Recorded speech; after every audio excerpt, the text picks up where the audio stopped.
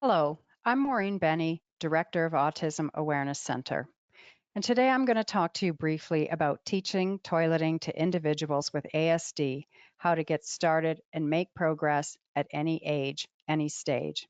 I've got my email below here if you have further questions after listening to this mini presentation, as well as the website where you can find a lot more information on this particular topic at www.autismawarenesscenter.com.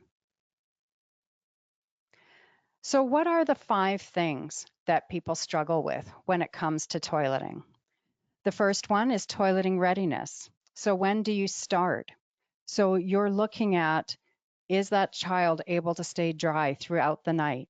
Are they asking to be changed when soiled or wet? And this can be indicated verbally or through a cue, such as getting a clean diaper or the child removes the diaper themselves. Remember that chronological age for starting toilet training has nothing to do with toileting readiness. You have to look for some of these other signs. How do you set the stage for toileting success? Well, you would start by keeping an elimination journal so that you can figure out the bodily function rhythms of that particular child. You're going to want to meet with the entire team that supports that child so that you're using the same procedures and routines, the same language, the same visual supports, the same process, in other words. And that will create predictability and also lessen anxiety. What steps are you going to start with? Well, you're going to start with where it all happens, which is in the bathroom. That diaper changes should only be happening in the bathroom and that no other activities are happening when changing a diaper. What about tackling toileting difficulties? Well, some of those toileting difficulties can be transitioning out of the diaper, being able to even sit on the toilet, the ability to push or relax enough so that elimination can happen.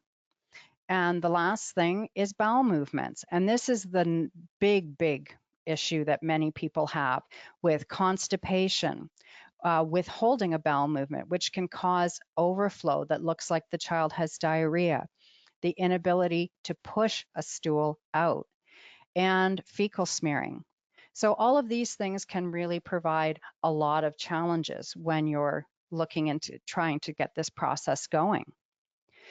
But the number one most important thing to understand in the toileting process is interoceptive awareness. And this is Kelly Mahler's work. She's an occupational therapist in the United States and someone that we've been working with here for about 6 years at the Autism Awareness Center. And interoceptive awareness is the eighth sense. So this is how do you know when you are hungry? How do you know when you're thirsty? How do you know when your bladder is full? How do you know when you need to defecate? So this is all tied into the interoceptive awareness piece. And a person has to learn to recognize those body signals. I've got an article here on the bottom from SPD Star that does talk about toilet training and interoceptive awareness. We also have an introductory interoception webinar available at Autism Awareness Center, which I highly recommend you have a look at as well. A couple of good books that are available too to give you great overview. One is The Potty Journey by Judith Kukavanis, who is a psychiatric nurse. And you can read that book in an afternoon, and I highly recommend that that book is read before you even start this process. And it has the detailed step-by-step how you do the elimination journal, how you get kids starting to sit on the toilet.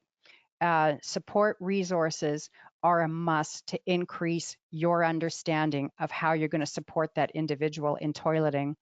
I also have a little toilet training ebook, which is a huge collection of my writing, both on the topics of like how to start, when to start, toileting etiquette, the hidden curriculum in the bathroom, constipation. We've got a little bit of everything in there.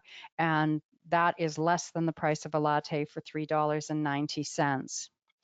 So if you want to learn more about toilet training and these topics that I've outlined here today, please take our toilet training webinar. The link here is at the bottom, or you can go to enteroceptiveawarenesscenter.com.